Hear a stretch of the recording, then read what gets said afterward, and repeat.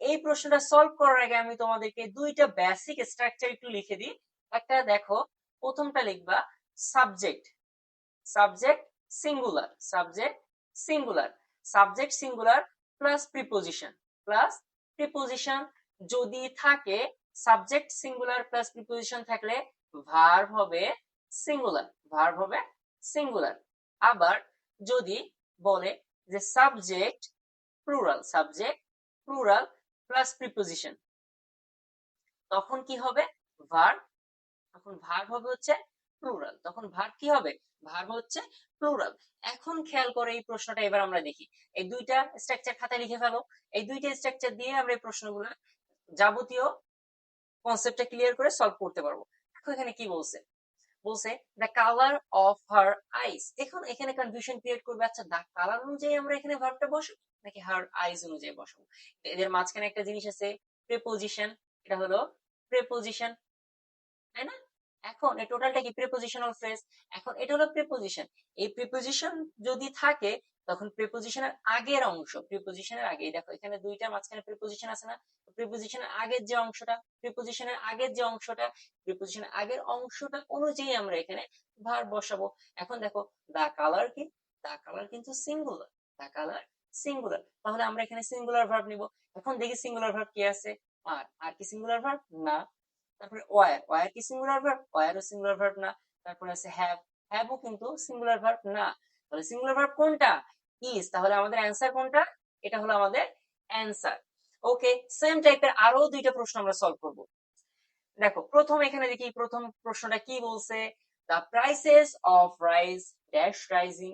এখন এখানে প্রিপোজিশন করে, এই যে অফ হলো প্রিপোজিশন, এখন প্রিপোজিশনের আগের অংশ কি আছে সেটা অনুযায়ী আমাদের ভার্ব বসবে। এখানে the prices, the prices S আছে, তাহলে নিশ্চয়ই এটা প্লুরাল, তাহলে প্লুরাল, প্লুরাল ভার্ব আমাদের খুঁজে বের করতে হবে। দেখো এখানে প্লুরাল ভার্ব কি কি আছে, ইজ প্লুরাল ভার্ব না, ইজ কে কেটে দিলাম। অজ কি প্লুরাল ভার্ব, অজও প্লুরাল ভার্ব না, এটাকেও কেটে দিলাম। এখন ওয়ার আছে আর আছে, দুইটাই কিন্তু, কিন্তু এখানে আমরা কোনটাকে নিব। দেখো the prices of rice dash rising, rising এখানে জিনিসটা বর্তমান সময়ে রাইসের যে দামটা বেড়ে যাচ্ছে সেটা বুঝাইছে। এখন বর্তমান বললে আমরা এখানে কোনটাকে নিব, যেহেতু কন্টিনিউয়াস নির্দেশ করছে, তো এখানে আমরা আরটাকে নিব, ওয়ার কিন্তু হবে না।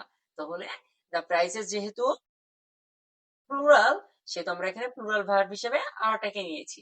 এরপরে প্রশ্নটা কি বলছে দেখি, effects of the climate change dash devastating, dash devastating.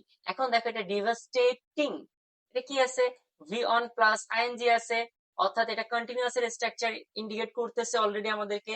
এখন আমরা এখানে খেয়াল করি আমাদের সাবজেক্ট কোনটা নিব আমরা, এখানে প্রিপোজিশন কি আছে, অফ প্রিপোজিশন, অফ প্রিপোজিশন যদি থাকে এর পূর্বেরটা আমরা নিব। এখন পূর্বে, পূর্বে কি লেখা আছে, ইফেক্টস, দা ইফেক্টস এস আছে, এস থাকা মানে এটা আমাদের কি বুঝিয়ে দিচ্ছে, এটা যে প্লুরাল সেটা আমাদেরকে বুঝিয়ে দিল। এখন ইফেক্টস এটা প্লুরাল, এখন আমরা প্লুরাল ভার্ব খুঁজে আসি, ইজ সিঙ্গুলার তাহলে তুমি আগেই বাদ, হ্যাজ সিঙ্গুলার তাহলে এটাও বাদ। এখন আর থাকে আর হ্যাড থাকে, যেহেতু ডিভাস্টেটিং কন্টিনিউয়াস ইন্ডিকেট করতেছে, তাহলে কি হ্যাড হবে না, হ্যাড এর পরে ভার্বের ভি3 হয়, তাহলে হ্যাড কিন্তু হবে না, তাহলে আর হবে। The effects of the climate change আর ডিভাস্টেটিং, ডিভাস্টেটিং মানে হচ্ছে বিধ্বংসী। এখন যদি আমরা এইভাবে মনে রাখি যে প্রিপোজিশনের আগের অংশ অনুযায়ী আমাদের ভার্ব বসবে, এই কনসেপ্টটা জেনে রাখলে এই রিলেটেড যত প্রশ্ন আসুক না কেন আমরা খুব ইজিলি সলভ করে ফেলতে পারি।